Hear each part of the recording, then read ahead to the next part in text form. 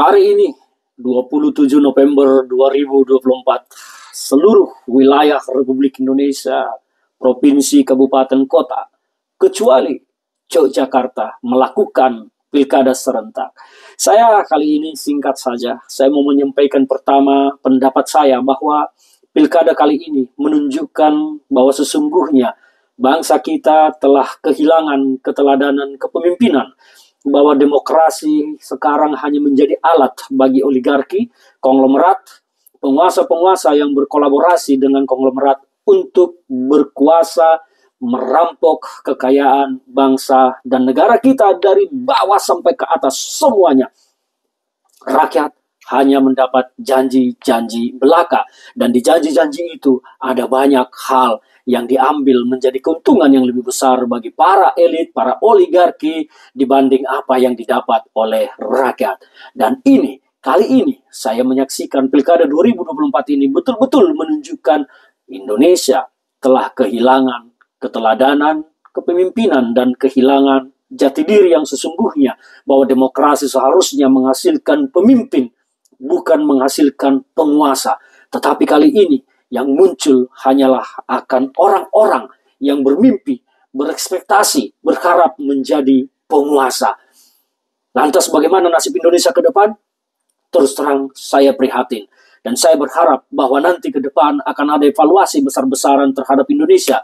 Dalam bayangan saya, merekonstruksi Indonesia sangat penting jika ingin Indonesia masih utuh 10, 15, 20 tahun ke depan.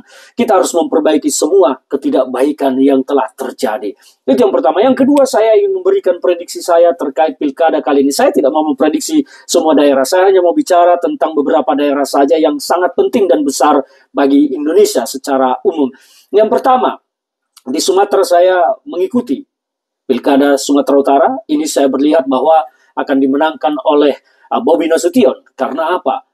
Edi Rahmayadi tampak kesulitan untuk mendapat suara di daerah Sumatera bagian utara, dan di Sumatera bagian selatan yang menjadi basis Edi Rahmayadi sekarang justru lawannya adalah sosok yang berasal dari Sumatera bagian selatan, yaitu Bobi Nasution, dan ini tidak mudah. Sementara Sumatera bagian utara mayoritas adalah Jokowi yang akan memilih Bobi Nasution, dan ini akan menjadi menyulitkan bagi Edi Rahmayadi. Maka sumut saya lihat akan dimenangkan oleh Bobi. Yang kedua, DKI Jakarta.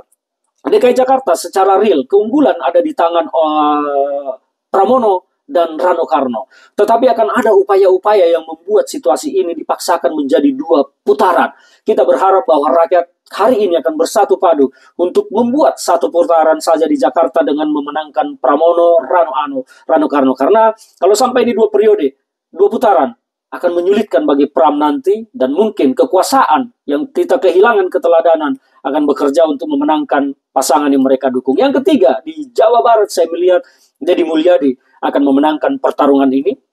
Di Jawa Tengah kemungkinan besar bahwa Andika yang akan memenangkan pertarungan, meskipun di sana ada upaya operasi khusus dari Mulyono dengan gengnya untuk memenangkan Lutfi dan Taci Yasin. Tetapi rakyat saya yakin akan masih memilih Andika Perkasa. Dan untuk Jawa Timur, saya melihat di sana akan dimenangkan oleh Kofifa, karena Kofifa masih sangat disukai di bawah dan di samping backup yang mereka dapat dari kekuasaan.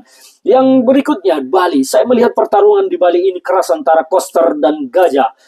Saya mendapat informasi bahwa ada gerakan-gerakan tertentu, gerakan-gerakan senyap terselubung tersembunyi untuk memenangkan Gajah di Bali.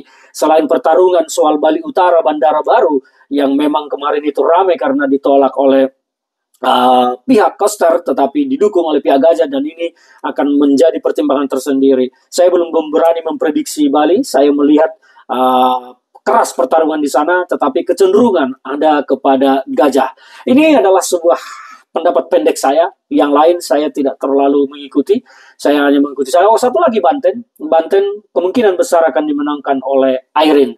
Dan ini akan menjadi seru pada 2029 nanti. Kita akan melihat kalau Jakarta, Jateng dikuasai oleh PDI Perjuangan dan Banten, maka Selebihnya ada Jawa Barat, ada Gerindra. Jawa Timur akan menjadi layang-layang putus, nanti tergantung siapa yang akan memberikan dia hadiah. Baru akan mengikut. Dan ini adalah prediksi saya saja, anggap saja omon-omon. Kalaupun tidak terbukti, ya wes rapopo. Sing penting kita happy. Hari ini 27 November, semua harus datang ke TPS. Ayo memilih calon pemimpin yang harus kita pilih. Meskipun karakter mereka hanya akan menjadi penguasa, tetapi jangan abaikan, karena suara rakyat sangat berpengaruh. Dan pilihlah calonmu yang akan berpihak kepadamu. Salam dari saya, Ferdinand Hutahayan di Sosialis TV.